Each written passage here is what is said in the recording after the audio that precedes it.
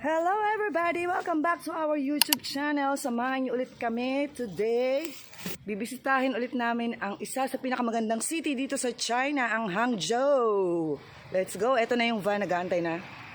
Yan, magbavan kami. Ay, okay po.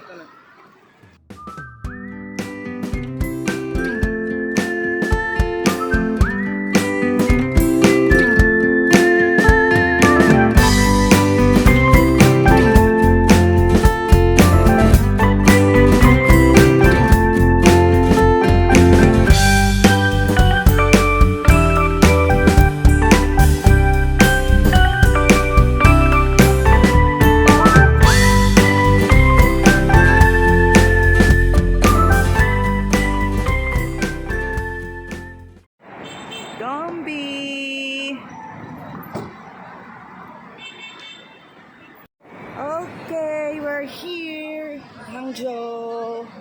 So, ang unang destination namin ngayon ay Hofangje or Hofang Street. Ayan.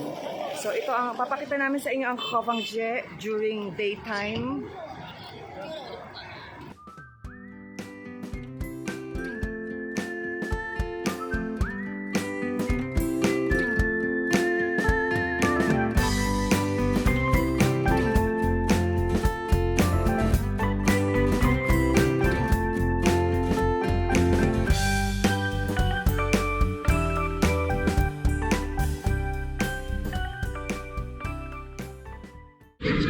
Okay guys, so after 7 years, ngayon na ulit kami nakabalik dito sa Hofangje. Actually, yung bahay namin malapit lang dito nung nandito pa kami sa Hangzhou, China. May naniniismis sa akin.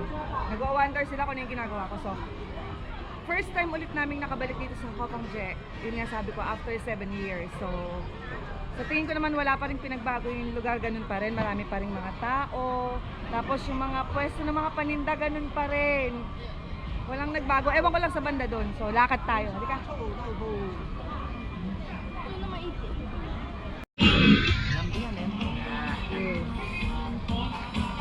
Saan? Ayaw ko pa, mamaya.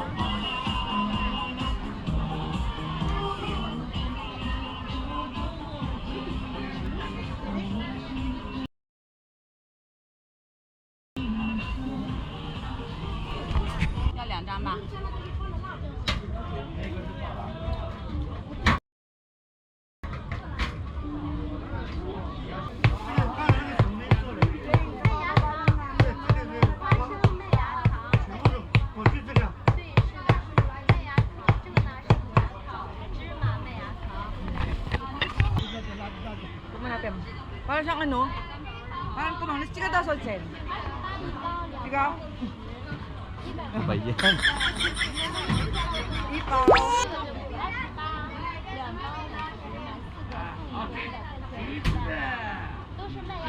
Ang sarap. Para siyang ano, lasa siyang turones. Bil tayo isa.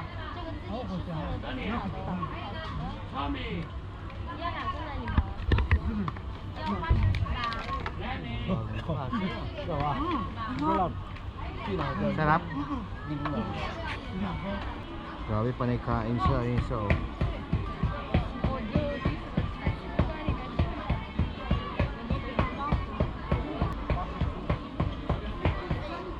Tinikman ko lahat ng pa-free taste. Ang sarap. Bumili tayo ng isa. 28 RMB. Kung sa peso. Mga kulang 200 pesos. Pero masarap siya. Lasang turones. Napakahaba nitong ano. Sobrang haba nitong Hofang Street na to. Guys, ito yung manok na nakabalot. Hindi ko alam kung nakabalot sa putik o putik nga ba? Tama, nakabalot sa putik. Ito.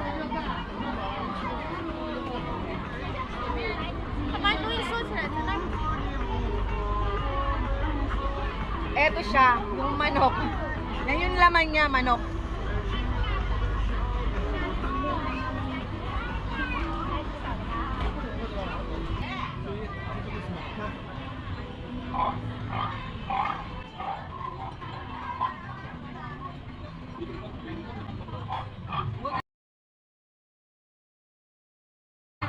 $10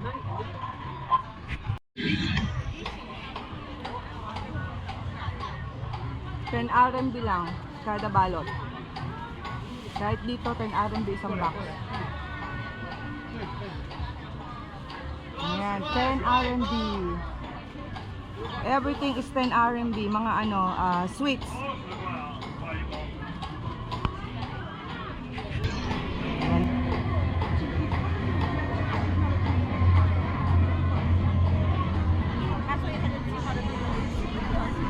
Oh, may mga bilihan ng mga action figure.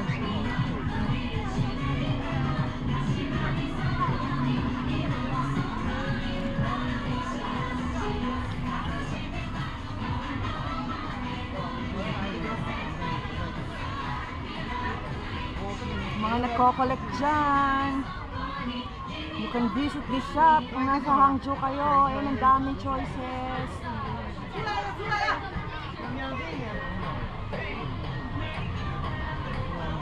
Lakad tayo pa doon. Mahaba-haba pa to. Kain foreigner.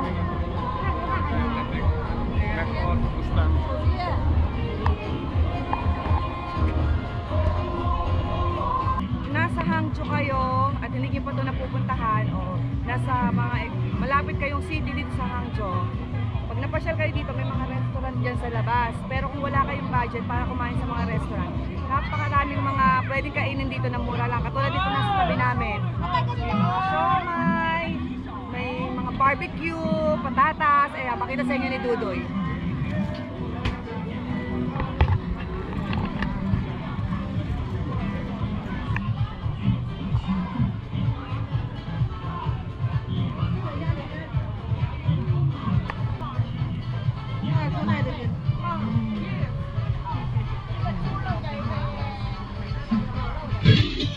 Try natin tong Turkish na ice cream.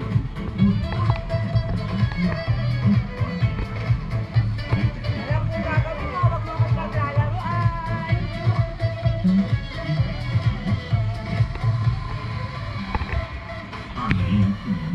Pagtagal pa ng preparation.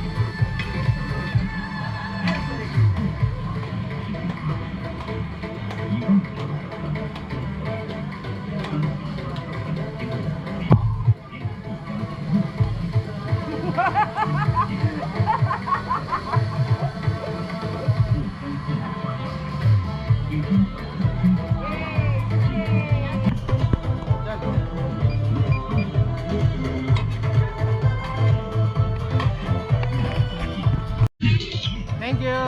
Bye! Tikman natin kung masarap.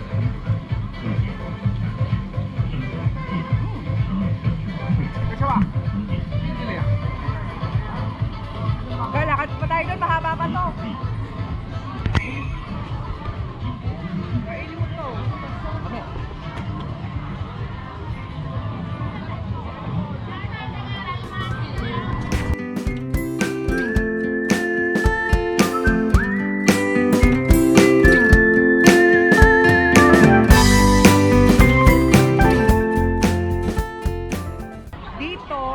Napakarami yung mabibili, mga souvenirs, tapos yung mga best na tea dito sa Hangzhou, tapos yan, mga murang pagkain, ano pa ba? Basta maraming ibang mabibili dito. Kaya ulo. Ayan, ulo, di ba? So kailangan, hindi naman kailangan ng sobrang daming pera. Yung enough lang para makabili ka kahit pa isa-isa. Tapos yan, mag-picture-picture, video-video, souvenirs, ganon. Katulad namin, ayan.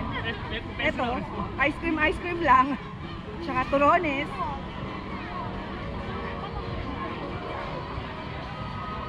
Ay, Magic. Si Magic yan, oh. Bayad yan eh. Tapos mayroong magandang ano dito, park na pwedeng panikin. May pagoda sa taas. Sa banda doon. Halika, lakad pa tayo.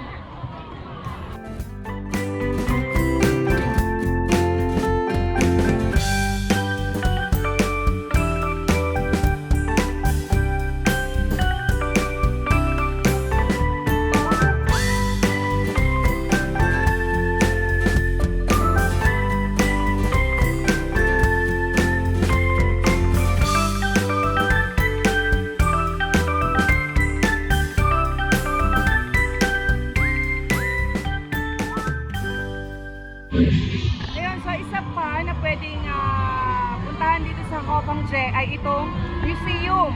Malaki yan, papasok kayo dito. Hindi ko matandaan kung may bayad o wala, pero nakapasok na kami dyan dati. Maganda yan, maraming mga iba't ibang style ng mga Buddha. Pero ang pinaka-the best na Buddha dito sa Hopangje ay ito. The best Buddha ever!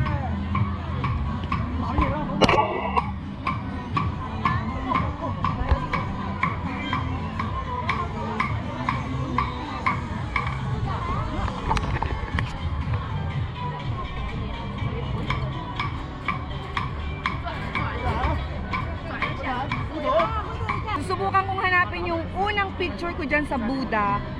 That was 2008, unang taon ko dito sa Hangzhou. Tapos ididikit ko dyan para makita nyo.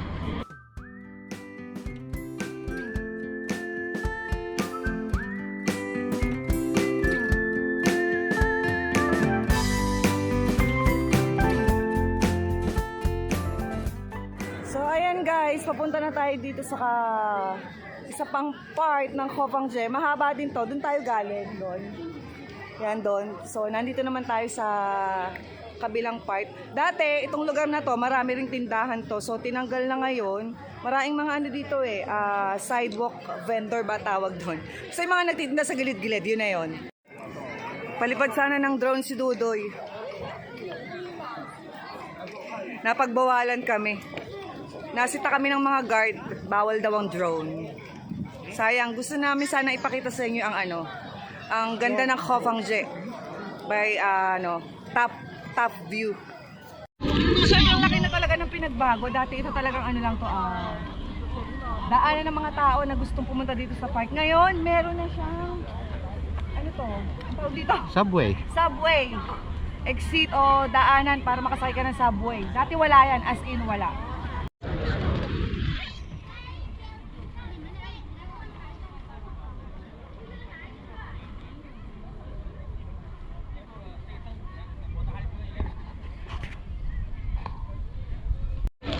Okay guys, so dito na namin tatapusin yung vlog namin about Hopangje or Hopang Street dito sa Hangzhou, China. Mag-iikot-ikot pa kami para maipakita namin sa inyo ang ibang kagandahang lugar dito sa Hangzhou, China. Thank you and bye-bye. God bless everyone!